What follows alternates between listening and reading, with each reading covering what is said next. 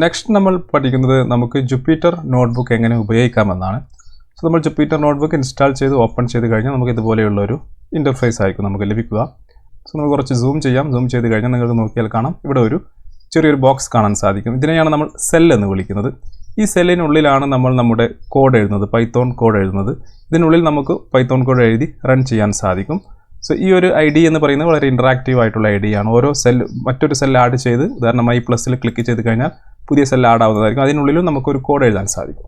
So നമുക്ക് ആദ്യമായി ഒരു കോഡ് എങ്ങനെ എഴുതി റൺ ചെയ്യാമെന്ന് നോക്കാം. സോ നമ്മൾ ഇവിടെ വന്നതിന് ശേഷം ഞാനിവിടെ പ്രിൻറ്റ്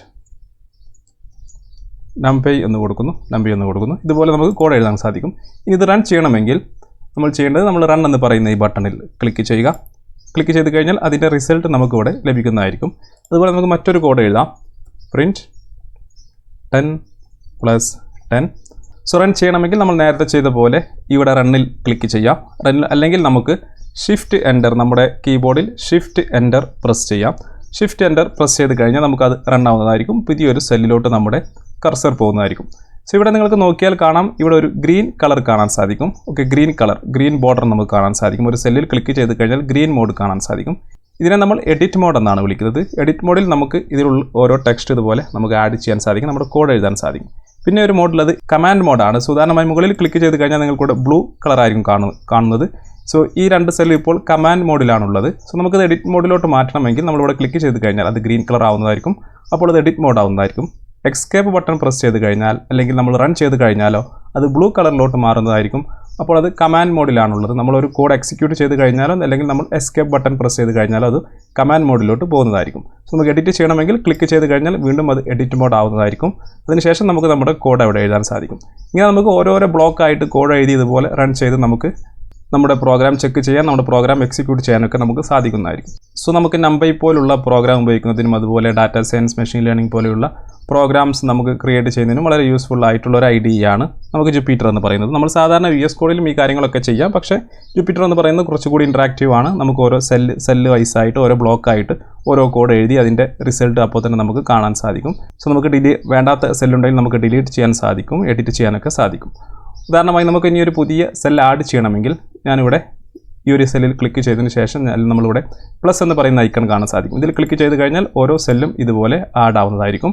ഇനി ഇതിൻ്റെ ഒരു ഷോർട്ട് കട്ട് എന്ന് പറയുന്നത് നമ്മളിപ്പോൾ ഒരു സെല്ലിൽ ക്ലിക്ക് ചെയ്ത് ബി പ്രസ് ചെയ്ത് കഴിഞ്ഞാൽ, ബി എന്നത് കൊണ്ട് ഉദ്ദേശിക്കുന്നത് ബോട്ടം ആണ്. സോ ബി പ്രസ് ചെയ്ത് കഴിഞ്ഞാൽ പ്രത്യേകം ശ്രദ്ധിക്കുക, എഡിറ്റ് മോഡിലല്ല പ്രസ് ചെയ്യേണ്ടത്. ഇപ്പോൾ എഡിറ്റ് മോഡിൽ പ്രസ് ചെയ്തുകൊണ്ടാണ് ബി ഇവിടെ വന്നത്. സോ നമ്മളിവിടെ എസ്കേപ്പ് ബട്ടൺ പ്രസ് ചെയ്യുക. അപ്പോൾ ഇവിടെ ബ്ലൂ കളറായി മാറും. ഇനി നമ്മൾ ബി പ്രസ് ചെയ്ത് കഴിഞ്ഞാൽ അതിൻ്റെ താഴെ ഒരു പുതിയൊരു സെല്ല് ആഡ് ചെയ്യുന്നതായിരിക്കും. ഉദാഹരണമായി നമുക്ക് ഡിലീറ്റ് ചെയ്തതിന് ശേഷം നോക്കാം. എന്നാൽ നിങ്ങൾക്ക് പെട്ടെന്ന് മനസ്സിലാവുന്നതായിരിക്കും. ഞാനിവിടെ ഇപ്പോൾ കമാൻഡ് മോഡിലാണുള്ളത്. സോ ഞാൻ ബി പ്രസ് ചെയ്യുന്നു. അതിൻ്റെ താഴെ ഒരു സെല്ല് ഇതുപോലെ ആഡ് ആവുന്നതായിരിക്കും. ഇനി ഉദാഹരണമായി ഞാൻ ഇവിടെ വന്ന് മുകളിലെ സെല്ലിൽ വന്നതിന് ശേഷം എ പ്രസ് ചെയ്ത് കഴിഞ്ഞാൽ അതിന് മുകളിൽ മറ്റൊരു സെൽ ആഡ് ആവുന്നതായിരിക്കും. ഈ ഒരു രീതിയിൽ നമുക്ക് ഷോർട്ട് കട്ട് ഉപയോഗിച്ചും സെൽ ആഡ് ചെയ്യാം. അല്ലെങ്കിൽ നമുക്ക് ഇവിടെയുള്ള ഈ ബട്ടൺ ഇതുപോലെ ക്ലിക്ക് ചെയ്ത് നമുക്ക് ആഡ് ചെയ്യാൻ സാധിക്കുന്നതായിരിക്കും. ഈ ബട്ടൺ ക്ലിക്ക് ചെയ്യുമ്പോൾ ഏത് സെല്ലാണോ സെലക്ട് ചെയ്ത് അതിൻ്റെ താഴെയായിരിക്കും പുതിയ സെൽ ആഡ് ആവുന്നത്. നമുക്ക് ഡിലീറ്റ് ചെയ്യണമെങ്കിൽ ഏത് സെല്ലാണോ ഡിലീറ്റ് ചെയ്യേണ്ടത് അവിടെ ക്ലിക്ക് ചെയ്യുക. അതിനുശേഷം ഈ ഡിലീറ്റ് എന്ന് പറയുന്ന കട്ട് സെൽ എന്ന് പറയുന്ന ഇതിൽ നമുക്ക് ക്ലിക്ക് ചെയ്ത് കഴിഞ്ഞാൽ അത് ഡിലീറ്റ് ആവുന്നതായിരിക്കും. അല്ലെങ്കിൽ നമുക്ക് കമാൻഡ് മോഡിൽ വന്നതിന് ശേഷം നമുക്ക് D2 തവണ പ്രസ് ചെയ്ത് കഴിഞ്ഞാൽ, കീബോർഡിൽ D2 തവണ പ്രസ് ചെയ്ത് കഴിഞ്ഞാൽ അത് ഡിലീറ്റ് ആവുന്നതായിരിക്കും. ഉദാഹരണമായി ഞാൻ ഇവിടെ ഇവിടെ വന്നതിന് ശേഷം ഇപ്പോൾ ഇത് എഡിറ്റ് മോഡിലാണുള്ളത്. എസ്കേപ്പ് ബട്ടൺ പ്രസ് ചെയ്യുന്നു. ഇപ്പോൾ ഇത് ബ്ലൂ കളറായി കമാൻഡ് മോഡിലാണുള്ളത്. ഇനി ഞാൻ D2 തവണ പ്രസ് ചെയ്ത് കഴിഞ്ഞാൽ അത് ഡിലീറ്റ് ആയി പോകുന്നതായിരിക്കും. ഈ ഒരു രീതിയിൽ നമുക്ക് സെല്ല് ഡിലീറ്റ് ചെയ്യാൻ സാധിക്കും. അതുപോലെ ഇതിൻ്റെ എല്ലാ ഷോർട്ട് കട്ടും നിങ്ങൾക്ക് ഹെൽപ്പിൽ ഇവിടെ കീബോർഡ് ഷോർട്ട് കട്ട് എന്ന് പറയുന്ന ഭാഗത്ത് വന്നു കഴിഞ്ഞാൽ ഇവിടെ അതിനെക്കുറിച്ചിട്ടുള്ള എല്ലാ ഷോർട്ട് കട്ടും നമുക്കിവിടെ കാണാൻ സാധിക്കും. നമുക്ക് ആവശ്യമുണ്ടെങ്കിൽ ഇതൊന്ന് ചെക്ക് ചെയ്ത് നോക്കുക. അതുപോലെ നമുക്കൊരു സെല്ല് കോപ്പി ചെയ്യണമെങ്കിൽ നമ്മൾ ആ സെല്ലിൽ സെലക്ട് ചെയ്യുക. അതിനുശേഷം ഈ കോപ്പി എന്ന് പറയുന്നതിൽ ക്ലിക്ക് ചെയ്യുക. സോ നമുക്ക് എവിടെയാണോ വേണ്ടത് അവിടെ സെലക്ട് ചെയ്യുക. അതിനുശേഷം പേസ്റ്റ് എന്ന് പറയുന്ന ഈ ഒരു ഐക്കണിൽ ക്ലിക്ക് ചെയ്ത് കഴിഞ്ഞാൽ അതവിടെ പേസ്റ്റ് ആവുന്നതായിരിക്കും. അതിന് താഴെ നമ്മൾ സെലക്ട് ചെയ്ത സെല്ലിന് താഴെ അത് പേസ്റ്റ് ആവുന്നതായിരിക്കും. ഈ ഒരു രീതിയിൽ നമുക്ക് കോപ്പി പേസ്റ്റ് ചെയ്യാൻ സാധിക്കുന്നതാണ്. അതുപോലെ മറ്റൊരു കാര്യം ശ്രദ്ധിക്കേണ്ടത്, നമ്മൾ തൽക്കാലം എല്ലാം ഡിലീറ്റ് ചെയ്യുന്നു. ഓക്കെ, ഇവിടെ നമ്മൾ A=10 എന്ന് കൊടുക്കുന്നു. അതിനുശേഷം പുതിയൊരു സെൽ ആഡ് ചെയ്യുന്നു. നമ്മളിത് റൺ ചെയ്യുന്നില്ല. അതിനുശേഷം നമ്മൾ പ്രിൻറ്റ് A എന്ന് കൊടുത്തു കഴിഞ്ഞാൽ, പ്രിൻറ്റ് A ഒന്ന് കൊടുത്ത് നമ്മൾ ഈ രണ്ടാമത്തെ സെൽ റൺ ചെയ്യാൻ നോക്കിയാൽ നമുക്ക് എയുടെ value name A is not defined എന്ന് കാണിക്കും. കാരണം നമ്മൾ എയുടെ വാല്യൂ ഇവിടെ ഡിഫൈൻ ചെയ്തിട്ടില്ല എന്നാണ് കാണിക്കുന്നത്. അതിന് കാരണം നമ്മൾ ഈ സെൽ റൺ ചെയ്യാത്തത് കൊണ്ടാണ്. ഉദാഹരണമായി ഈ ഒരു സെല്ല് റൺ ചെയ്ത് കഴിഞ്ഞതിന് ശേഷം നമ്മൾ താഴെ വന്ന് പ്രിൻറ്റ് ചെയ്യുക എന്ന് പറയുന്ന സ്റ്റേറ്റ്മെൻറ്റ് റൺ ചെയ്ത് കഴിഞ്ഞാൽ നമുക്ക് ഈ ഐയുടെ വാല്യൂ കിട്ടുന്നതായിരിക്കും. ആ ഒരു കാര്യം പ്രത്യേകം ശ്രദ്ധിക്കുക. നമ്മൾ മുകളിൽ ഏതെങ്കിലും ഒരു വേരിയബിൾ ഡിക്ലെയർ ചെയ്ത് കഴിഞ്ഞാൽ അത് ആ ഒരു സെല്ല് റൺ ചെയ്യാതെ നമ്മൾ താഴെ അത് ഉപയോഗിക്കാൻ കഴിയില്ല. താഴെ ഉപയോഗിക്കുകയാണെങ്കിൽ നമുക്കിതുപോലെ നോട്ട് ഡിഫൈൻഡ് എന്ന് പറയുന്ന ഈ ഒരു എറർ മെസ്സേജ് വരുന്നതായിരിക്കും. നെക്സ്റ്റ് നമുക്ക് കോഡ് എഴുതുന്നതിൻ്റെ കൂടെ നമുക്ക് ഹെഡിങ് കൂടി എഴുതാമെന്ന് കരുതുക. സോ അതിന് നമ്മൾ ഒരു സെല്ല് സെലക്ട് ചെയ്ത് ഏത് സെല്ലിലാണോ നമുക്ക് ഹെഡിങ് എഴുതേണ്ടത് ആ സെല്ല് സെലക്ട് ചെയ്യുക. സെലക്ട് ചെയ്ത ശേഷം നമ്മൾ ഇവിടെ കോഡ് എന്നുള്ള ഭാഗത്ത് വന്നതിന് ശേഷം ഹെഡിങ് എന്ന് സെലക്ട് ചെയ്യുക. ഹെഡിങ് സെലക്ട് ചെയ്ത് കഴിഞ്ഞാൽ നമുക്ക് ഇതുപോലെ ഒരു ചെറിയൊരു വിൻഡോ ഓപ്പൺ ആയി വരുന്നതായിരിക്കും. ഇത് നമുക്ക് തൽക്കാലം ഓക്കെ പ്രസ് ചെയ്യാം. ഇവിടെ ഹെഡിങ് എങ്ങനെയാണ് കൊടുക്കേണ്ടത് എന്നാണ് ഇവിടെ കൊടുത്തിട്ടുള്ളത്. നമ്മൾ #ടാഗ് കൊടുത്താണ് ഹെഡിങ് കൊടുക്കേണ്ടത്.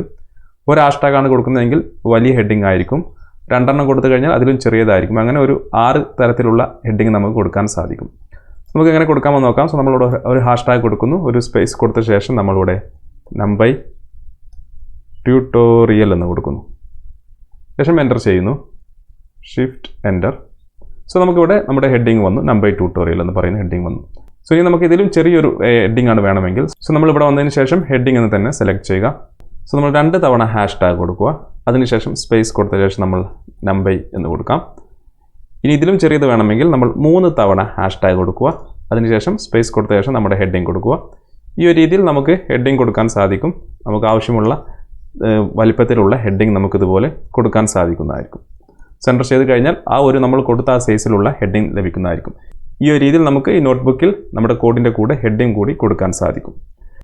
സോ ഇത്രയും കാര്യങ്ങളാണ് നമുക്ക് ജുപ്പിറ്റർ നോട്ട്ബുക്കിനെ കുറിച്ച് പഠിക്കാനുള്ളത്. സോ നമുക്ക് numpy പഠിക്കുന്നതിന് ആവശ്യമായ എല്ലാ കാര്യങ്ങളും നമ്മളിപ്പോൾ പഠിച്ചു കഴിഞ്ഞു. ഇനി നമുക്ക് നെക്സ്റ്റ് ചാപ്റ്ററുകളിൽ numpy പ്രോഗ്രാം നമുക്ക് ജുപ്പിറ്റർ നോട്ട്ബുക്കിൽ എങ്ങനെ ക്രിയേറ്റ് ചെയ്യാം എന്നതിനെക്കുറിച്ച് പഠിക്കാം.